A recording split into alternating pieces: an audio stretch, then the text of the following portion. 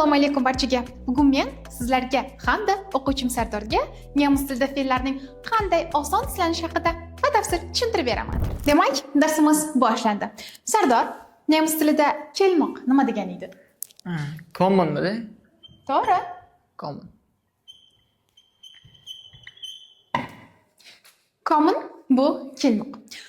Bugun o'rtoqlar, siz hamda Sardor bilan demak, biz fe'llarning qanday holatda tiklanishini nemis tilida o'rganamiz. Ketdikmi? Ketdik. Xo'p, nemis tilida men nima degan edi? Ich, Aha, to'g'ri. Senchi? esimda. Du, Du. da. Nemis tilida o'g'il bolalarga nisbatan u nima degan edi? Er. Qiz bolalarga nisbatan uni siz javob beringchi? Da, bu zi degani. Va biz davom etamiz. Xo'p. Bu qaysi rod uchun edi? Sardor? O'g'il bola uchun. Aha, u degani, to'g'rimi? Zichi? Ayol kishi uchun. Aha, ya'ni женский rod uchun. Xo'p, bizdagi s bu средний rod uchun, to'g'rimi? Va bu qanaqa o'qilardi? Bir. Ver. Ver. To'g'rimi? Ver. Ver nima degan edi? Biz, to'g'rimi? Men hamda biz. Xo'p, du Siz. sizlar yoki aslida senlar, sizlar degani. Tushunarli? Misol uchun o'rtoqlar, du bu bir kishi uchun sen bo'lsa, ir bo'lsa esa ko'p senlar uchun, ya'ni duning ko'plik formasi hisoblanadi. Xo'p, mana shu s uchun umumiy holatda ular demoqchi bo'lsak, biz nima derdik? Umumiy zi. Zi. Qanaqa ekan? Zi. Zi, to'ppa-to'g'ri. Bizdagi hurmat ma'nosidagi siz esa bu ham albatta Zi. zi, to'ppa-to'g'ri. Endi biz hozir nemis tilida men kelaman, sen kelasan, u keladi, biz kelamiz, sizlar kelasizlar, ular keladi va hurmat ma'nosidagi siz kelasizni o'rganamiz. Tushunarlimi? Tushunarli. Ketdik. Xo'p, eng birinchi qilayotgan ishimiz bu aynan mana shu kelmoq fe'lidagi o'zakni aniqlab olishimiz kerak. Nemis tilida eslatib o'taman, har qanday fe'lda misol uchun, tak, yashamoq nima edi? Leben. Leben. To'g'rimi? Yashamoq leben. Va nemis tilida har qanday so'zning oxiridagi en qo'shimchasi bu o'zbek tilidagi moqqa to'g'ri keladi. Ya'ni, misol uchun biza yashamoq deganimizda, xo'p, buning o'zagi Sardor qaysi bo'ladi? Moq. O'zagi Yasha. Yasha bo'ladi, to'g'ri. Yasha va moq esa bu Qo'shimcha. qo'shimcha va uni tuzlayotganimizda, yashamoq fe'lini tuzlayotganimizda biz moqni butunlay o'chiramiz. To'g'rimi? Men yashayman, sen yashaysan holatida bo'ladi. Va nemis tilida eng birinchi qilayotgan ishimiz aynan xuddi yasha kabi biz fe'lning o'zagini ajratib olishimiz kerak bo'ladi. Xo'p, bu yerda demak, mana bu en qo'shimchasi nemis tilida qo'shimcha bo'ladigan bo'lsa, unda o'zak qaysi ekan? Lab. Lab, to'ppa-to'g'ri. Lab. Kommenda qaysi biri qo'shimcha, qaysi biri o'zak? Kom o'zak, en qo'shimcha. En qo'shimcha. Demak, buni o'chiramiz. Shunda kom qoladi. To'g'rimi? Demak, boshladik. Nemis tilida men kelaman deyishingiz uchun o'zakka qo'shimchasini qo'shishingiz kerak bo'ladi. Xo'p. Ya'ni o'qib ko'ring Sardor. Ich komme. Ich Komme. komme. Ich Ich komme. komme. To'g'ri. Nemis tilida sen kelasan degan narsani aytishingiz uchun endi qanaqa bo'lar ekan?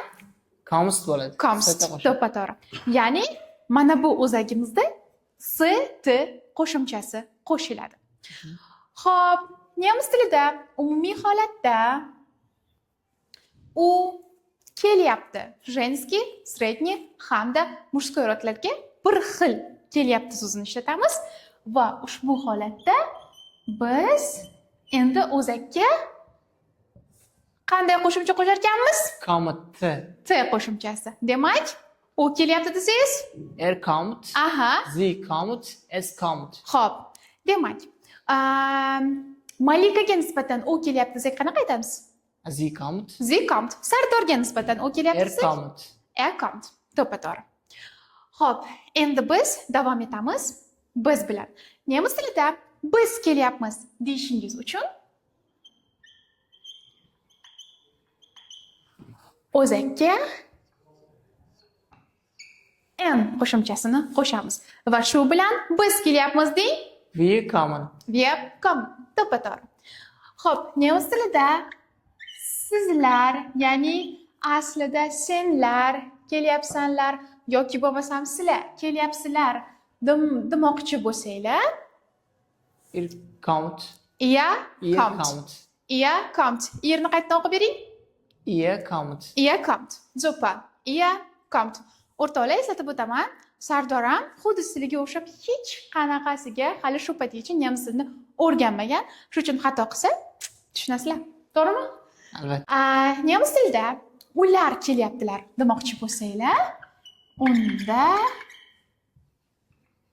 o'zakka n qo'shimchasini qo'shamiz. Shunda nima bo'ladi? Kommen. Sie Sie kommen. kommen. Sie kommen. To'g'ri.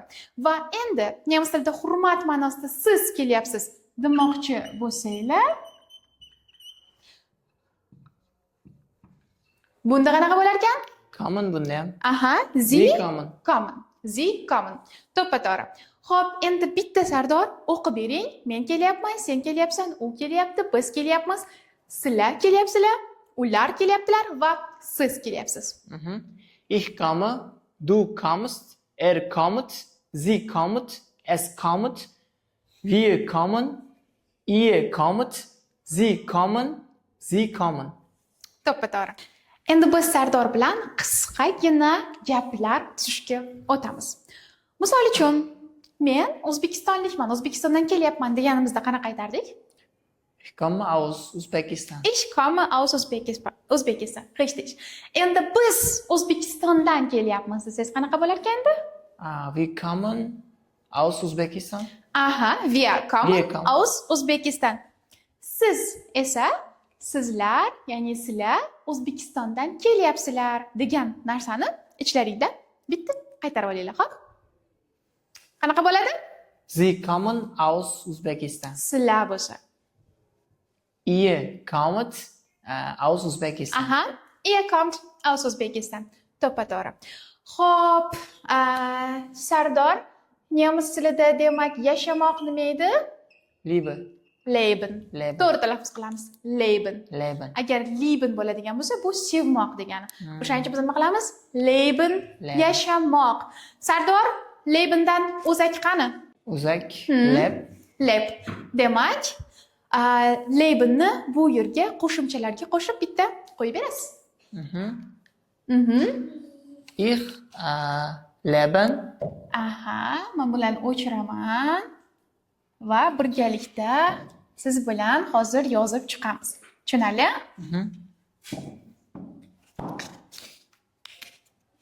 Qani? Ich leben. Ich Leben. lebe. Endi Sardor, siz bilan leben so'zini tuslanishini ko'rib chiqamiz. Kelishdikmi? Xo'p. Shunda men yashayman desangiz qanaqa bo'lar ekan? Ich lebe. Ich lebe. To'g'ri. Xo'p, sen yashaysan? Lebst. Aha, du lebst. Xo'p, u yashaydi? Lebt. Lebt. Lebt. Biz yashaymiz? Wir leben. Wir leben. Sizlar yashaysizlar? Ihr lebt. Lebt. Aha. Ular yashaydilar? Sie leben. Sie leben. To'g'ri. Va siz yashaysiz demoqchi bo'lsak? Sie leben. Aha. Sie leben. Endi Sardor, men Toshkentda yashayman deng. Ich lebe in Tashkent. in Tashkent. Ich lebe in Tashkent. Siz esa biz Toshkentda yashaymiz degan so'zni aytishga harakat qilib ko'ring. Qanaqa bo'lar ekan? Wir leben in Tashkent. Wir leben in Tashkent. To'g'ri. Xo'p. Xo'p, agar bugungi fe'llar tishlanishini tushungan bo'lsanglar, unda sizlarga ham albatta Sardorga berganim kabi topshiriq bor. Xo'p, nemis tilida qilmoq nima degani Sardor? Bilmadim. Nima ekan? Machen. Machen. Machen. Va nemis tilida eshitmoq nima degani? Hören. Aha, hören. To'g'rimi? Endi qadrli kuzatuvchilar, sizlar bunga vazifa sifatida aynan shu machen hamda hören fe'llarini kommentariyada tuslab yozinglar. Men o'zim tekshiraman. Xo'pmi? Sizlar bilan keyingi darslarda ko'rishguncha, ciao ciao.